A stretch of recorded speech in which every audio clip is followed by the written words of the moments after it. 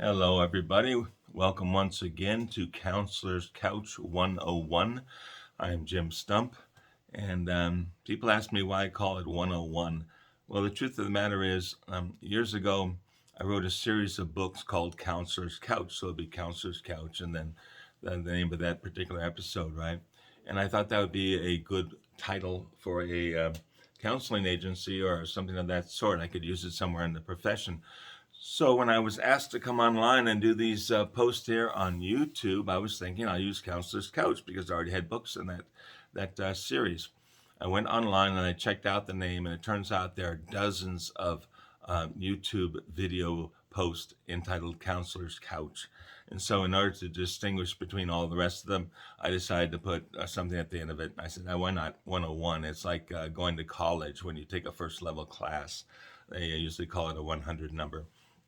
So, Counselor's Couch 101. Appreciate your comments that you leave below.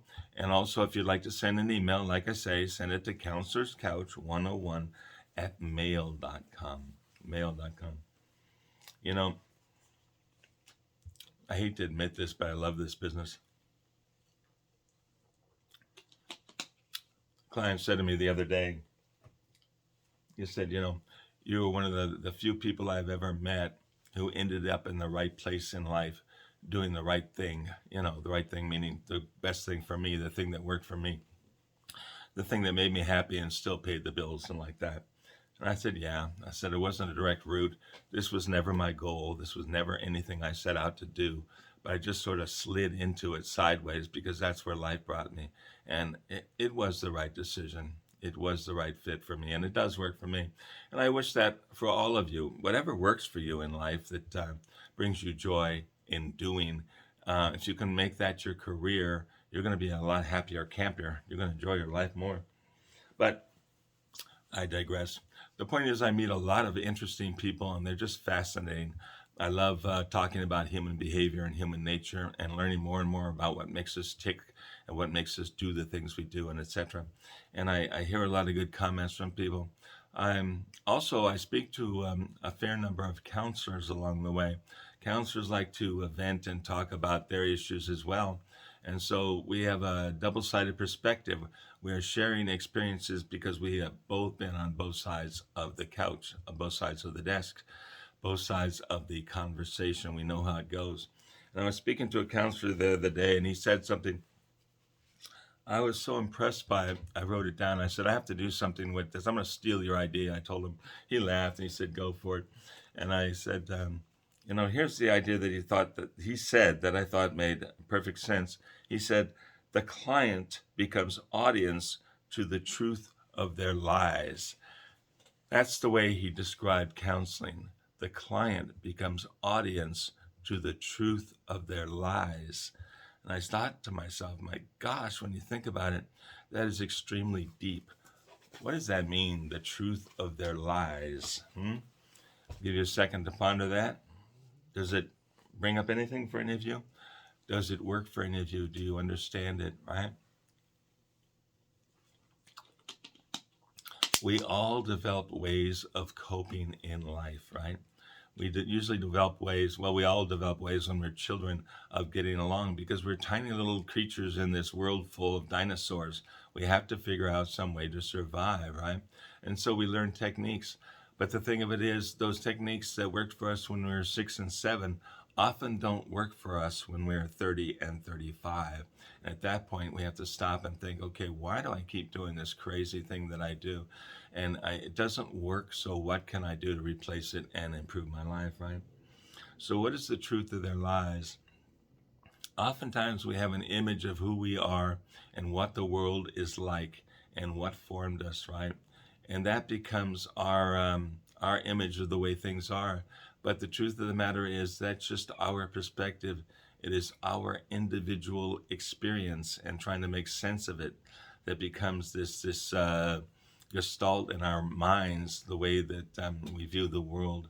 But it's not the same for everybody. It is only true for us, right? So the lies we tell ourselves, maybe we tell ourselves something negative like certain types of people are to be avoided because they're dangerous or they're nasty or they'll take advantage of you. That's probably not true, but we believe it and we carry it with us. And we start to see, okay, where did that come from? Well, there is some basis in fact, but the fact is not 100% across the board accurate, right? So we start to become aware of what we originally believed in and why it worked for us at one time and why it may not work for us at this point. The truth of our lies. What other lies do we tell ourselves? Do we tell ourselves we're not good enough? Do we tell ourselves that we can't do something? That is the largest lie that I hear from, I've experienced it. Everyone I've ever talked to, I've been told they can't do something, and it simply is not true. Maybe they won't do it as well as somebody else can do it, but that doesn't mean they can't do it. And they certainly should take the time to try these things that they think they can't do and find out how much they can or cannot do from personal experience and from more information by being out in the world and trying and living, right? That would make more of a basis of a good decision than believing old things that we tell ourselves that no longer fit our world. We talk to the client until they become audience to the truth of their lies, right? It worked for you once, it's not working for you now.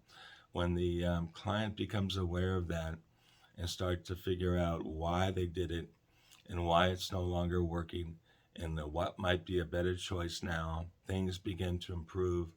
And the thing about emotional improvement is that people get happier. That is just the bottom line. People get happier with themselves and they get happier with life, right? As we start to let go of these things that we have been telling ourselves all the time that never worked. And I hope people figure these things out before they make permanent relationships in their lives and start developing families. Oftentimes, people make early decisions in life based on faulty information or faulty beliefs, and years later they find out that they're in a relationship or in a family that probably wasn't the best choice for them. It doesn't mean that anyone was bad or tried to go out of their way to hurt another person. It just means that it wasn't a good fit, right? Why do we think that person was going to be right for us? The truth of our lies is maybe that we didn't have enough self-esteem to go after what we wanted. The truth of our lies is probably that we were afraid of something. The truth of our lies, what lies under the thing that we keep telling ourselves that does in fact have merit, but it doesn't work, right? The more we get to understand ourselves and more we get to understand why we behave the way we behave, the more we start to alter our behavior in such a way that we start to become more authentically ourselves and happier with who we are and what we're doing and what we believe in the world. The more we do all that, the happier we get. We may not become richer or wealthier. We may not live in a house on the hill, but that's okay because where we are live becomes more appropriate for who we are and what we wanted and how much effort we want to put into gaining those physical things that probably don't bring happiness anyway. Become audience to the truth of your own lies. What are you telling yourself that makes you choose the things that ultimately do not make you happy? That's the thing. What did you always want to do that you wouldn't allow yourself to try to do? Maybe we can put some of that back into your life now, right? Maybe we can start to incorporate some of our natural abilities into what we're doing in our life, things that we never did before. Why didn't we allow ourselves? Where did that come from? What fear drove it? Once we identify those issues, those fears, those concerns, those faulty beliefs, we can start to let go of them and things get better. The client becomes audience to the truth of their lies. Think about it. At least I invite you to think about it, whether you do or not. I hope it benefits you. I appreciate the fact that you stopped by, leave your comments, send me an email, and I look forward to talking with you next time.